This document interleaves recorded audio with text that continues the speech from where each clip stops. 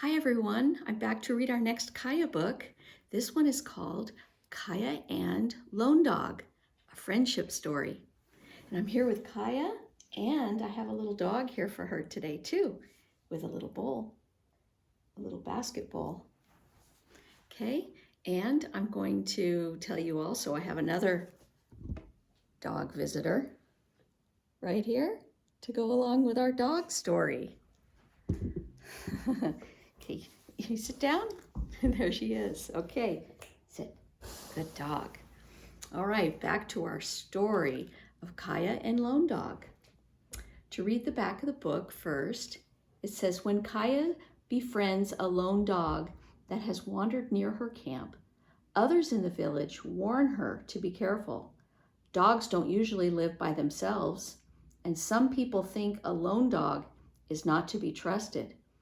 But Kaya brings the dog food and can feel her gratefulness. After Lone Dog gives birth to pups and lets Kaya be a part of her new family. When Kaya looks into Lone Dog's eyes, it's as if the dog is speaking to her. Kaya's grandmother tells her that if an animal speaks to her, she needs to listen. But as the pups grow older, Lone Dog has something else to say, something that Kaya doesn't want to hear. Okay, so let's find out about this story about Kaya's new friend, Lone Dog. Okay, so we will start with, maybe we'll go through the characters again to remember the characters in the story. And here they are. Okay, we have Tota, Kaya's father, an expert horseman and a wise village leader. There's Kaya, an adventurous girl with a generous spirit. Here's Brown Deer, Kaya's sister, who is old enough to court. Here is Wingfeather and Sparrow, Kaya's mischievous twin brothers. Here's Itza, Kaya's mother, who is a good provider for her family and her village. Here's Pailaka and Katsa, this is Itza, the moms, Itza's parents, who guide and comfort Kaya. And there's Lone Dog, a special dog who becomes Kaya's friend. And there is Two Hawks, a Salish boy who is staying with Kaya's family. Okay, and those are our characters. And let's read on. Chapter 1 is called A Starving Dog. As Kaya helped her mother and grandmother set up the teepee poles and cover them with tule mats, she heard the honk, honk, honk of geese flying high overhead. She stopped work, shaded her eyes, and gazed up into the deep blue sky. Flocks of geese, swans, herons, and cranes were flying northward from their wintering grounds in the south. As she listened to the noisy chorus of their cries, she heard other sounds too. The warm spring wind gusted across the rolling hills, rustling the green prairie grasses. Larks and swallows called softly while they built their nests. Her bothersome little brothers laughed and squealed as they scampered about with the other children. She heard her grandfather sigh with pleasure when he tilted up his face to the warm sun that eased the aches in his bones. Everything Kaya heard joined in the song of new life returning to the land. After the long cold winter, Kaya and her family had left the sheltered canyons of Salmon River country and journeyed upland to dig fresh house roots and delicious, nourishing food her people needed. This spring they'd come to the beautiful Palusa Prairie, where they'd met Nimipu and other peoples with whom they shared these root fields. There would be many reunions with friends and much trading, dancing, and games and horse racing too. But Kaya's family had chosen to come here for another reason. They'd promised to help Two Hawks, the boy who had escaped with Kaya from enemies while in buffalo country. He needed to get back to his own people, the Salish. Salish often came to the Palouse prairie to dig roots and trade. A trade might take Two Hawks to his home. Kaya looked around for Two Hawks. He was herding horses with some other boys. She thought he looked happy, but she knew how badly he missed his family. Her grandmother touched Kaya's arm. Kaya started. She'd let her attention wander. Why are you watching the boys when you should be working? Katsa asked. Her usual gentle voice was stern. And you're frowning. What have I taught you about making yourself ready to dig roots? You've told me not to have bad thoughts that might make the roots hide themselves, Kaya said. And I must stay away from sad thoughts too, so the roots won't make us sick when we eat them. Ahe, Katsa said. You must have a pure heart to do your work well and be worthy of your namesake. Kaya knew her grandmother was right, but she'd found that staying away from bad or sad thoughts was very, very difficult. Her younger sister, Speaking Rain, was still a captive of enemies from Buffalo Country. Kaya's horse had been captured too, and then traded away, and each time Kaya thought of Swan Circling's death, she had to fight to keep her heart from aching. Swan Circling had been a respected warrior woman, and she had wanted Kaya to have her name, the greatest gift a person could give. Kaya hoped that one day she'd feel ready to use it. Sometimes, just for a moment, Kaya wished that she could be a carefree child again, like her twin brothers, who were happily trying to sneak up on green racers and catch the little snakes with their bare hands. Will the root diggings begin soon? Kaya asked. Very soon, Katsa said with a smile. 2 women elders went to check the fields today. They came back with good news. The roots are waiting for us. The roots are singing. Kaya felt a shiver down her back. Hanya Wat, the Creator, sent both animals and plants to the so that the Nimipu might have food to live. But if anyone treated these gifts disrespectfully, then the fish, the deer, the berries, the roots might not give themselves to the people. Kaya prayed that nothing she had said or done or thought would cause her people to go hungry. Katsa put her strong arm around Kaya's shoulder. I see that something troubles you, granddaughter. Now she spoke gently, as if she understood Kaya's troubled thoughts. I still have a lot of sadness in me, Kaya admitted. Do you think I should keep away from the digging? Only you know your own heart, Katsa said. I want to work with you and the others, Kaya blurted. I want to do my part, like my namesake always did. Of course you do, Katsa said. She squeezed Kaya to her, then held her at arm's length to look at her. But you've told me your heart is troubled. For now, let others work with the food until your dark thoughts leave you and the time for mourning is over in your heart. You can join us when your thoughts are clear again. Ahe, Kaya said with a sigh. She knew her grandmother's advice was wise, but the realization that she wouldn't be working with the other girls and women made her feel even lonelier. Katsa glanced at the sun high overhead. We need firewood so that I can get our meal started, she said. I'll get some, Kaya said at once. She was glad to walk across the greening field to the stream, which was rushing with the runoff of melted snow. As she went, she saw horses rolling on their backs to shed their thick winter coats. Then she bent to pick up driftwood.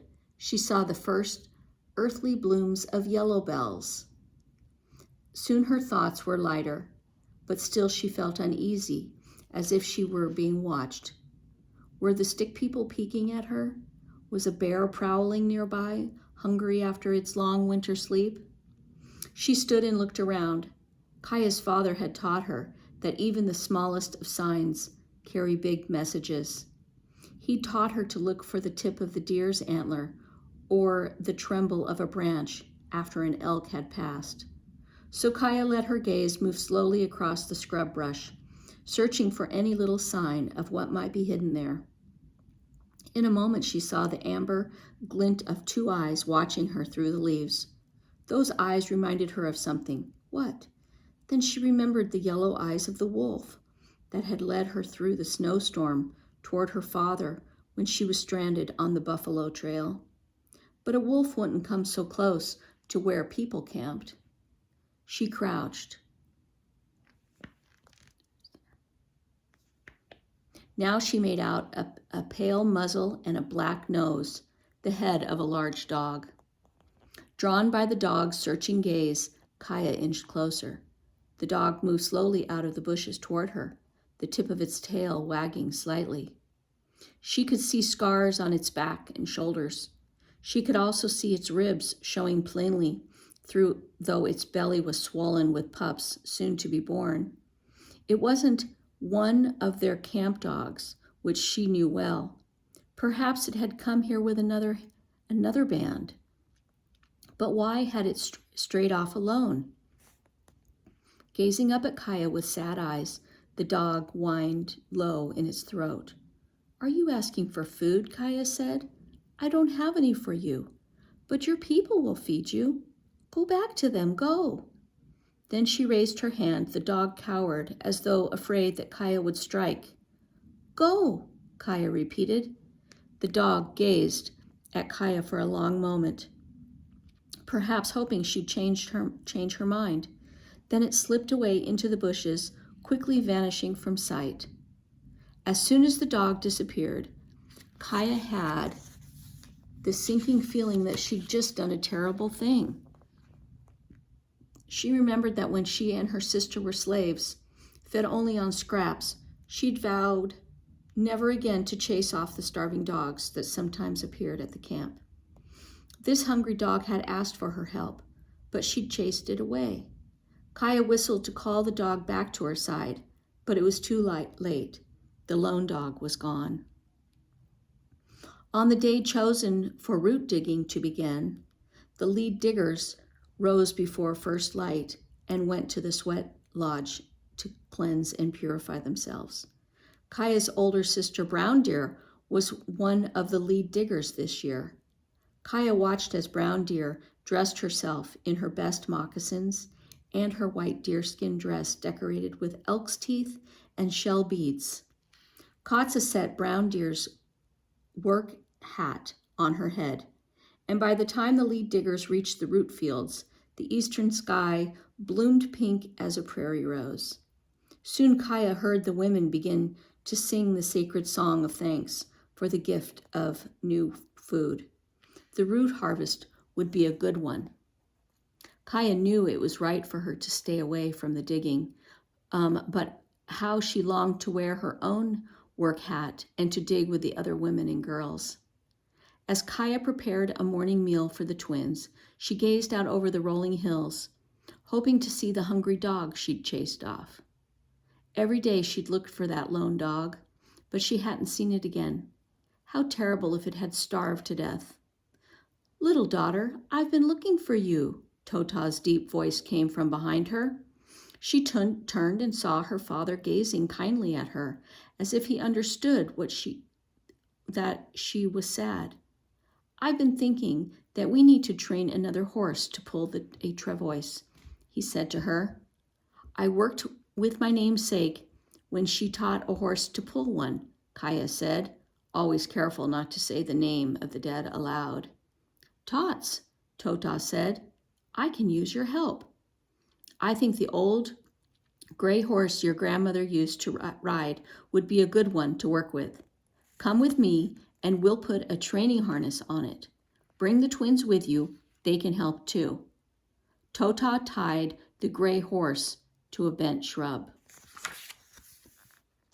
While the boys waited impatiently, Kaya and her father looped a rawhide rope around the horse's neck. Long rawhide lines attached to the rope led back to the dried buffalo hide that rested on the ground a few feet behind the horse's hind legs. When the training harness was secure, Tota gestured for Kaya to climb onto the hide to add weight to the drag. The hide was back far enough so that if the horse kicked, its legs wouldn't reach Kaya. Kaya crawled onto the buffalo hide, sat and held onto the lines with both hands. Then Tota led the horse forward by the halter, speaking all the while in a low, reassuring voice. But the gray shied and dodged and started to kick at an unaccustomed burden it pulled. Kaya laughed as the buffalo hide bumped and skidded over the smooth ground. This horse wouldn't toss her off. The twins laughed too. They wanted to ride on the swaying rawhide. After a short time, the horse quieted down and walked steadily as Tota led it around the ring of teepees. At last he drew the horse to a halt and motioned for Kaya to stand up and take the lead rope from him. "You boys get on now," he told the twins, and they eagerly jumped onto the hide as Kaya took hold of the halter. Tota watched as Kaya led the gentle horse away from the teepees, the little boys grinning as they hung tightly to the rawhide lines. When Tota was satisfied that the work was going well, he nodded. "In a few days, when the horse is accustomed to the feel of the drag, we'll add travois poles to the harness," he said. "Go slowly, Kaya. Walk around the village a few more times, then put the horse back with the herd." Kaya knew her father had asked her to help train the horse because she couldn't dig roots with the other women and girls. And her father had been wise. Her heart was lighter now. Like Swan Circling, Kaya loved to work with the horses. And when the training session was over and she took the harness off the gray, she noticed that one of its rear hooves seemed worn and sore. She resolved to make a rawhide shoe to fill with medicine for that sore hoof, another lesson her namesake had taught her. As Kaya walked back to the village from where the horses grazed, she heard a dog growling nearby. The growl was low and challenging. Kaya went through the brush to see what had alarmed the dog. On the far side of the hill, she came upon Snowpaws, the big black leader of the village's dog pack. His hackles were up, his ears were pricked forward, and his teeth were bared. When he saw Kaya approaching, he snarled more fiercely at something backed up against a rocky outcropping. It wouldn't be a skunk. Snowpaws was much too smart for that. What did he have there? Kaya parted the bushes, and there beside the rocks was Lone Dog. Sorry, the one that she'd been searching for. Lone Dog's teeth were bared, and she was growling too, facing off against the big male. With a glance, Kaya saw that Lone Dog's bones shone through even more sharply. Hunger must have given her courage, for tough old Snowpaws could drive any dog that approached. Even now he was beginning to bark, and soon he'd charge at Lone Dog and bite her. This time Kaya wouldn't lose her chance to help the starving dog. She stepped between the two dogs and shook a stick at the barking Snowpaws. "Leave her alone," she ordered him. "Get away from her. Go on now, get away." Growling Snowpaws backed up a few steps. Maybe he thought Kaya had given him the wrong command. But then she shook the stick again. He reluctantly turned tail and stalked off, looking back over his shoulder. When Snowpaws had gone, Kaya crouched, holding out her hand for Lone Dog to sniff. But the dog kept near the rocks, where she'd been digging out a den. She gazed warily at Kaya, as if Kaya might take up the attack where the black dog had left it. "Here, come here," Kaya crooned. "I won't chase you away again." She reached into the bag on her belt and took out a piece of dried salmon that she'd carried for a quick meal. She held out the fish to Lone Dog. "Here's a little food for you. Come on, eat it." Still Lone Dog hesitated. Although the scent of the fish made her tremble, her yellow eyes gazed intently at Kaya's. Kaya placed the fish on the ground and stepped back. "Please don't be afraid of me. Take the food," she said. This time, Lone Dog didn't need urging. She sprang forward, snapped up the fish, and gulped it down as she bolted away.